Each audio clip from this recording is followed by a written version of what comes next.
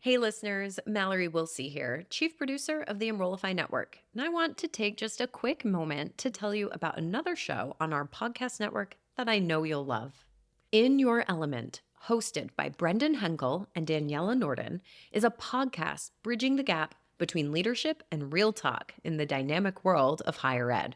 Every episode is a deep dive into the practical side of working in higher ed, featuring real world tips, best practices, and use cases from Element 451 users. Join our hosts as they bring on savvy IT leaders, visionary college presidents, and leading voices in the field to share their experiences and insights. From the challenges to the triumphs of higher ed, In Your Element is your source for candid discussions, innovative strategies, and the impactful use of technology, especially AI, in personalizing the student journey. You can subscribe to the show by visiting podcast.enrollify.org or by searching for In Your Element wherever you get your podcasts. Hi there, it's Maya, and welcome back to the Hidden Gem. In every community college's strategic plan, you will find a goal about supporting regional workforce development needs and expanding partnerships with local employers and community organizations. So today we have Blair Lee joining us from Community College of Aurora, and he is going to dive into the marketing and communication strategies his college uses to achieve the strategic goal. Let's get started.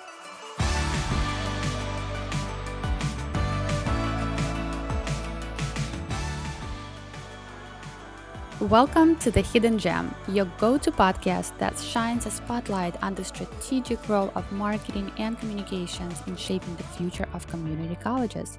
I'm your host, Maya Dimishkovich, CMO at Carroll Community College.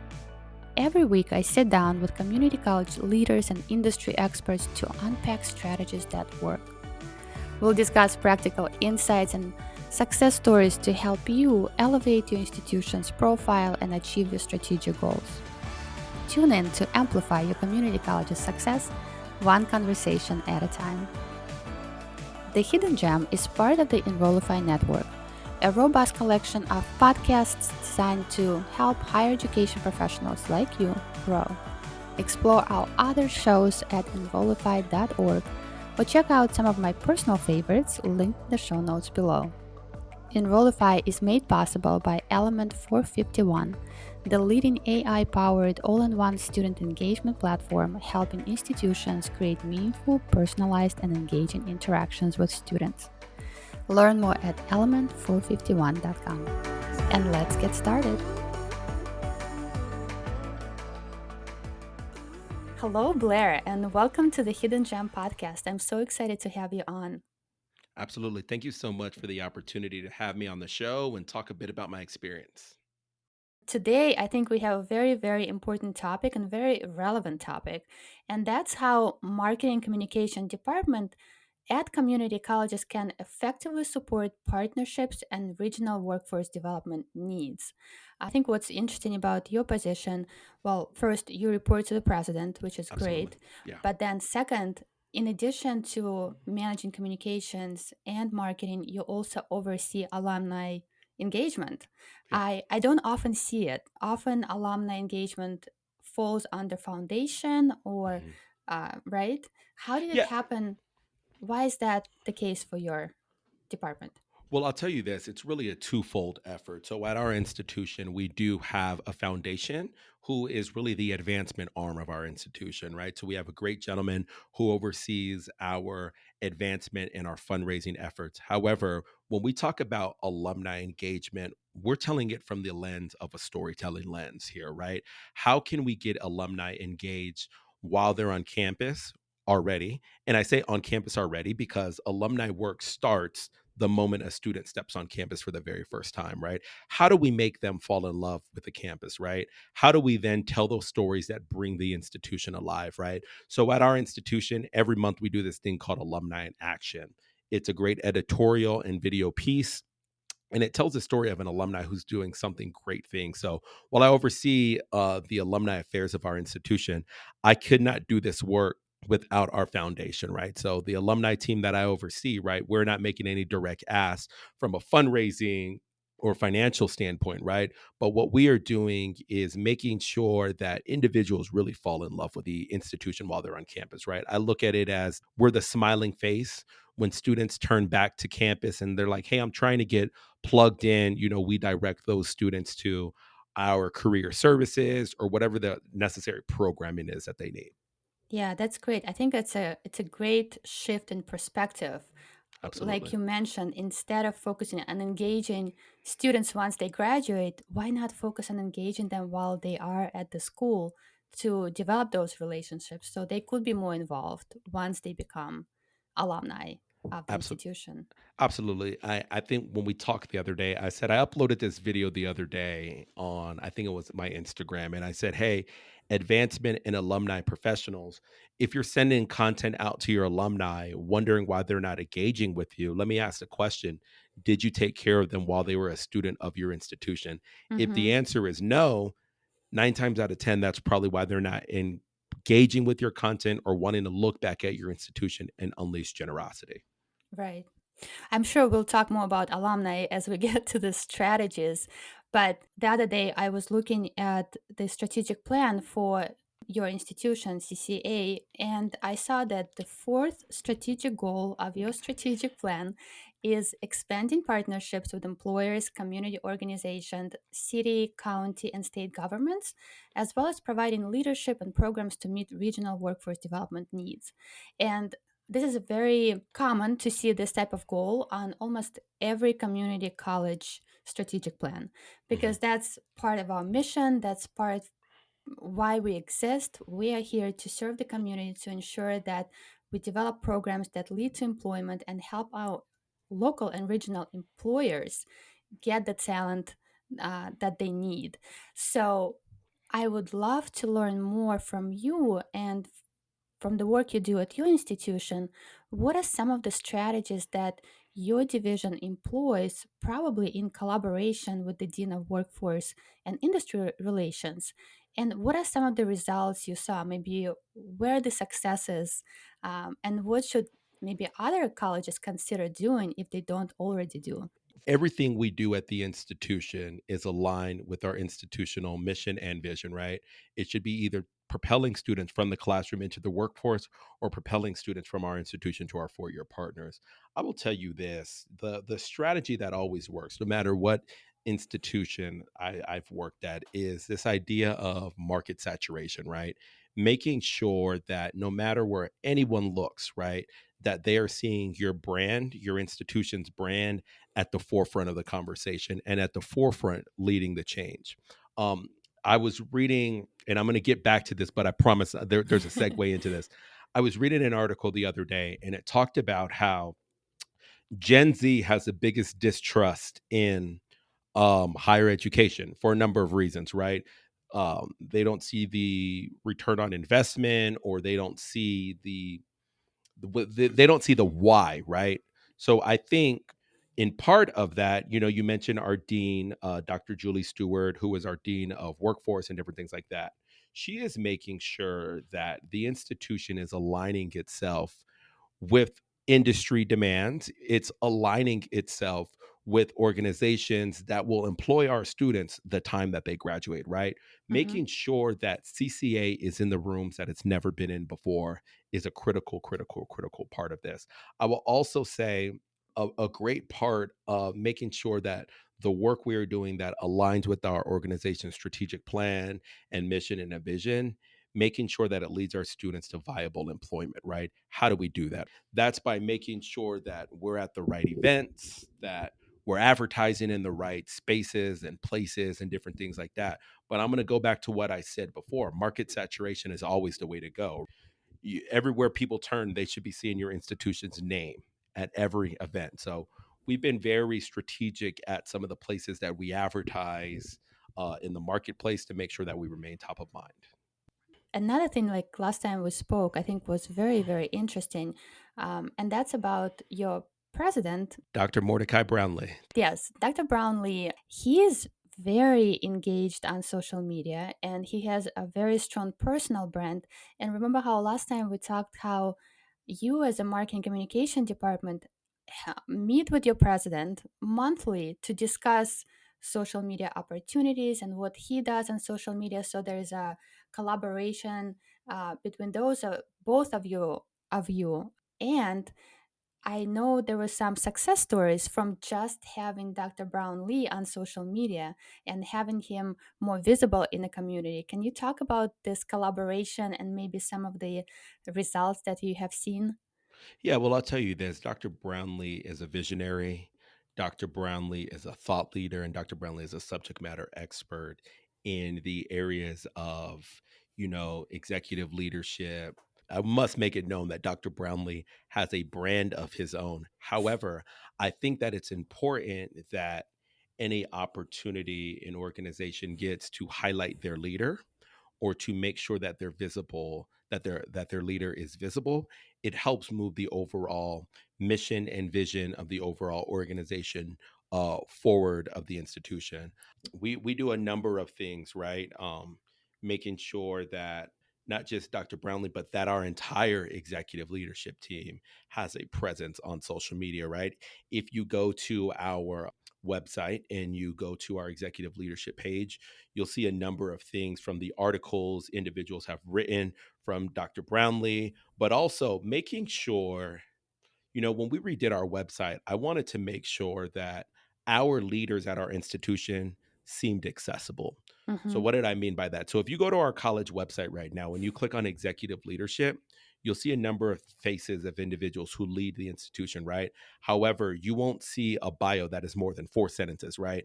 And why is that? When you are building an executive leader's brand, you want to make sure that they're accessible, right? When we think about the demographic of students that we serve, I mentioned 50% of our students are, first generation. How do we make ourselves still accessible, right? So, oftentimes, talking about the number of degrees and accolades that you have can be intimidating to a first generation student who might be browsing your site looking to know more about individuals that lead your institution.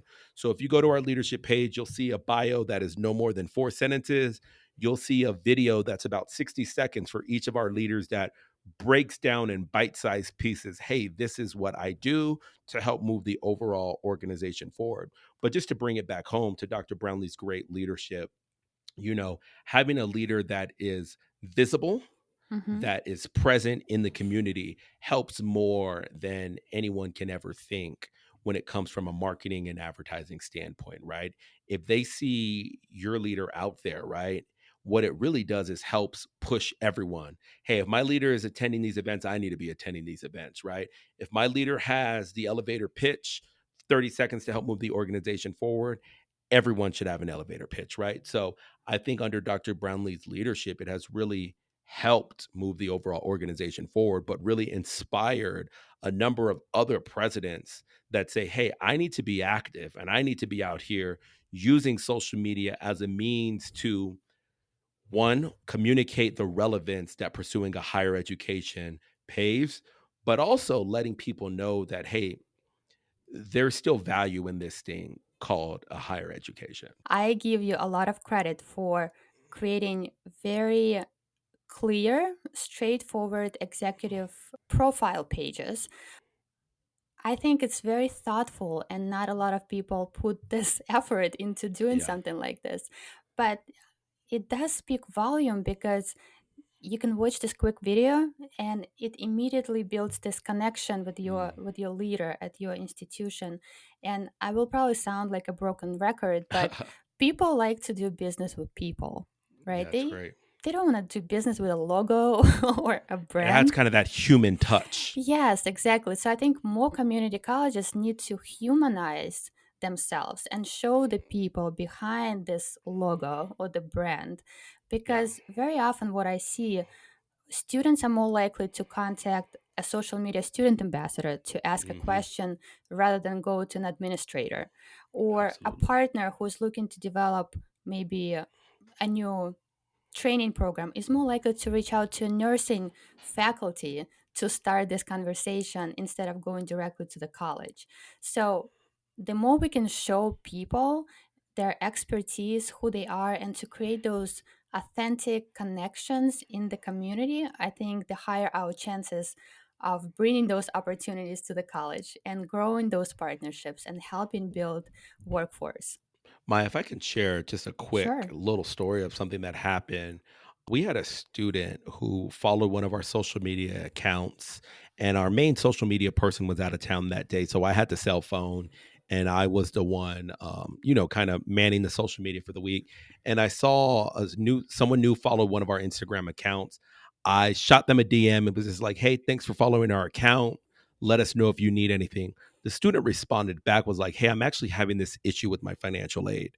Me and Mm-hmm. the student were able to get his issue rectified via an Instagram direct message. You know what I mean? So I say all that to say is, folks, we have to think innovatively about the ways in which we communicate with our students, because the student of today is unique, they're different, and they require a savviness when it comes to how we communicate and exchange messagings and different things with them. Mm-hmm. This is a great story. Hey, it's Mallory. Exciting news! I'm hosting the Engage Summit in Raleigh on June 25th and 26th, and I'd love to meet you there. Together, we'll dive into the mind of the modern student, what fires them up, how they interact, and what they expect in today's digital age, and how tools like AI help put them in the driver's seat of their education. We have some terrific speakers, including our closing keynote, New York Times bestselling author Jeff Selingo. Sessions will dig into practical ideas and innovative strategies to get your team more student centered and ready to adopt AI. And many of your favorite Enrollify hosts are presenting too, like Jamie Hunt, Jenny Lee Fowler, and Brian Gross. Use the discount code Enrollify50 for an extra $50 off your registration. Learn more and register at engage.element451.com. We can't wait to see you there. Um, and then another thing I wanted to mention, going back to your answer, is last time I spoke to Dr. Brown Lee was about 2 years ago. I did an interview with him, and he shared that because of his visibility on social media, he was able to secure funding from Amazon from one of the scholarships that he launched, the presidential scholarship. So he said he was so passionate and he was sharing this information and that he wanted to launch this program that Amazon reached out to him and asked to help. So, can you elaborate on this story? Yeah, so Dr. Brownlee had a vision to launch a presidential scholars program. I didn't even I knew part of that story, but I didn't know that full story.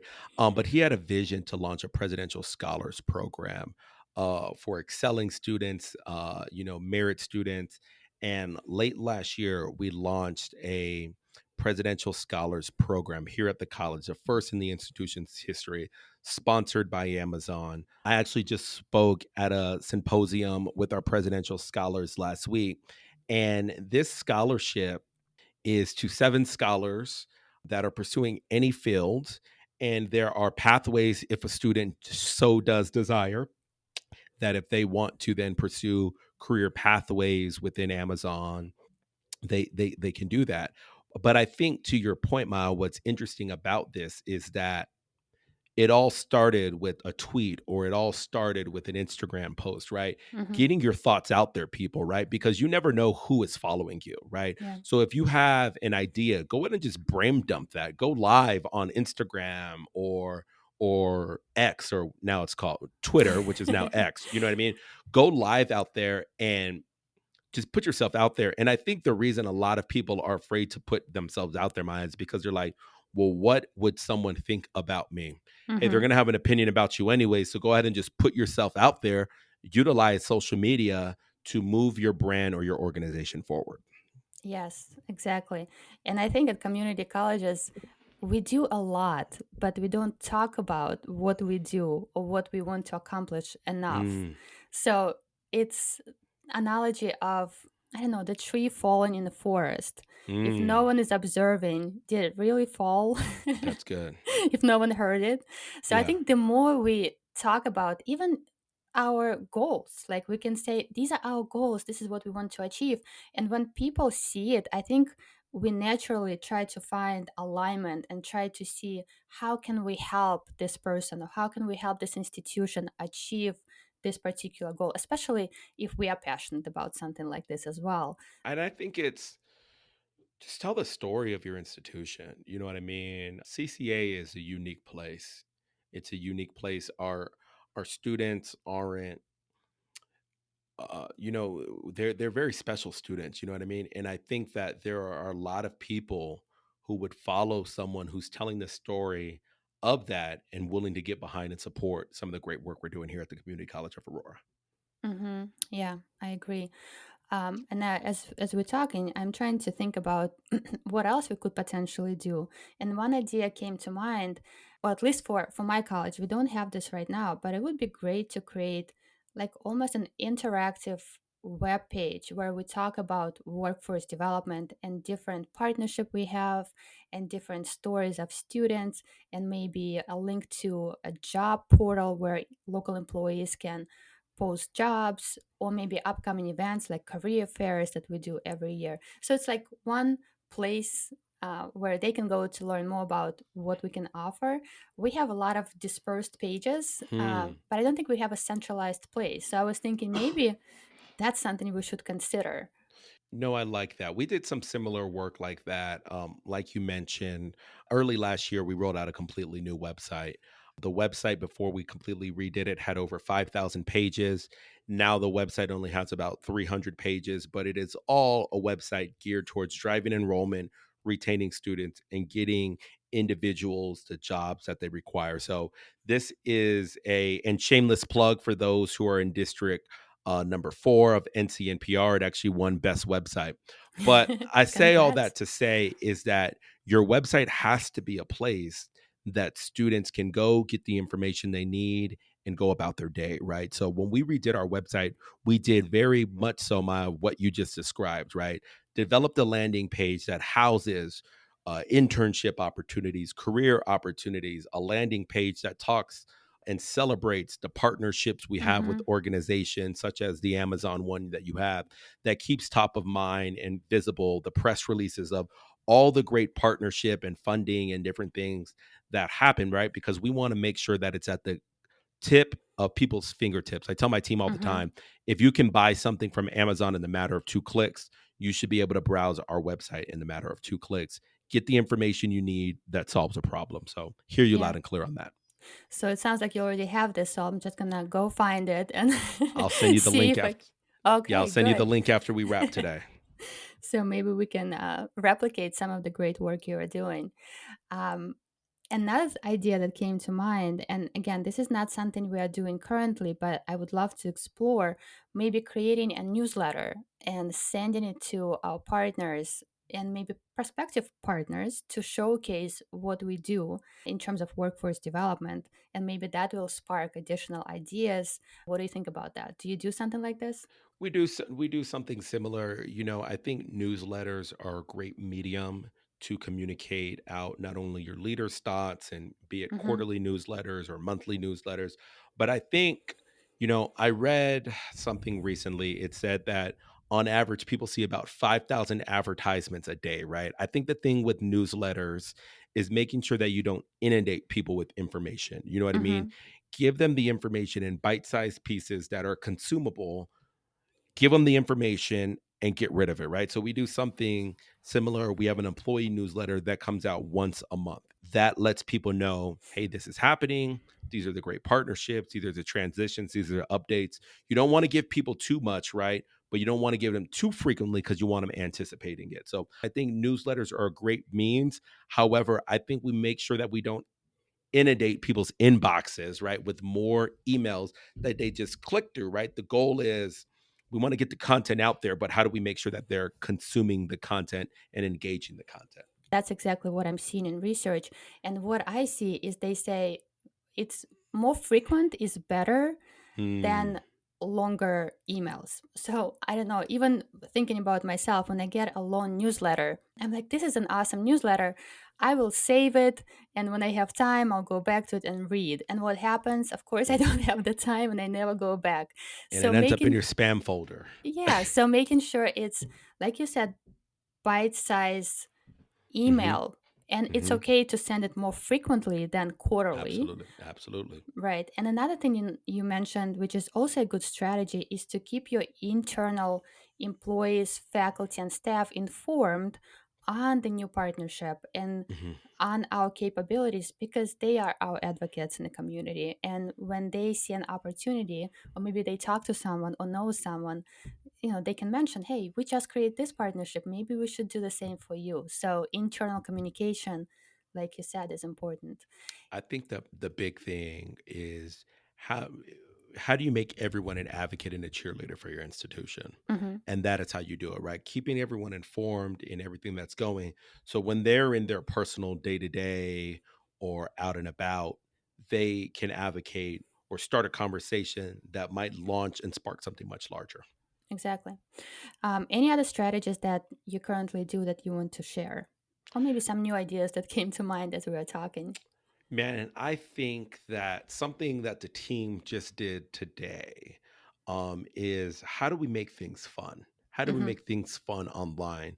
Um, an example of this is MSU Denver, who is one of it's a large downtown university here in Denver. They uploaded a picture, their social media team uploaded a video of a drone shot of their campus. And it was like, hey, it's the first day of spring. It's beautiful here at MSU Denver, and had some great catchy music to it, right?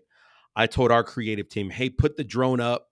Let's upload our own video, tag that school, and say, hey, it's also beautiful here in Aurora as well, too. How do we make it fun and engaging online that individuals want to say, hey, they see the playful competition, but then also prospective students see this stuff and they're like, hey, that's an institution that I want to be involved with, right? Because they're humanizing the brand, right? It's not sterile, someone who's 90 years old running the social media account, right? Our social media account is run by students. You know what I mean? We've Hmm. got oversight of it.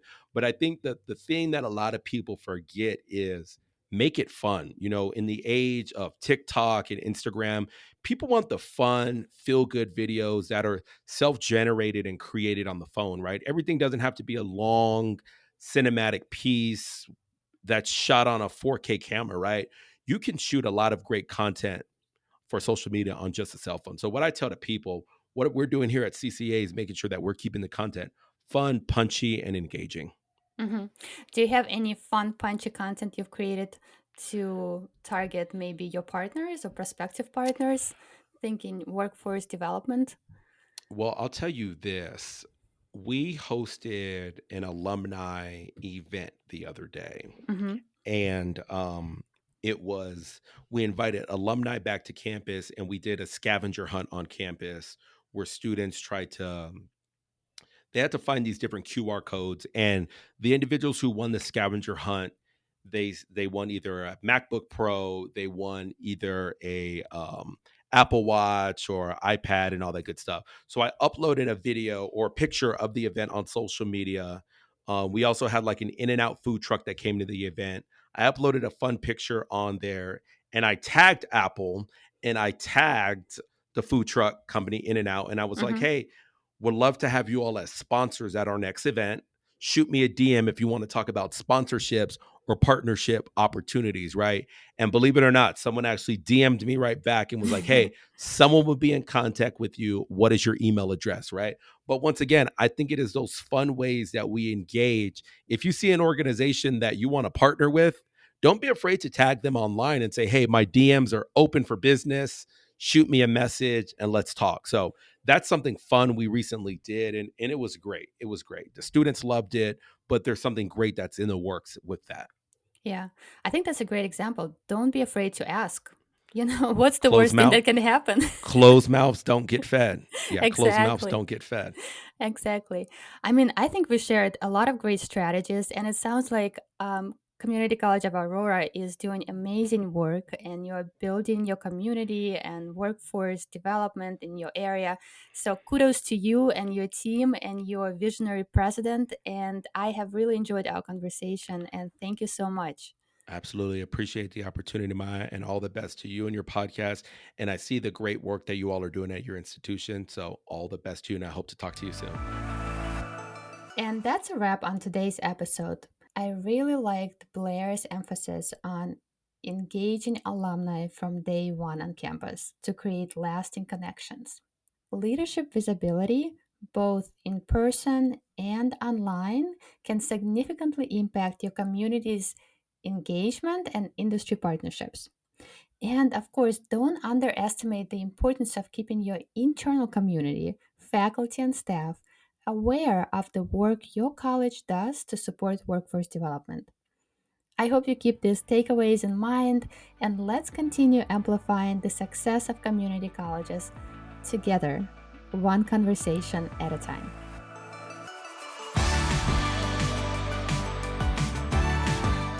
I hope you enjoyed this episode and found it valuable. Let's keep this conversation going on LinkedIn at Maya Dimishkovich.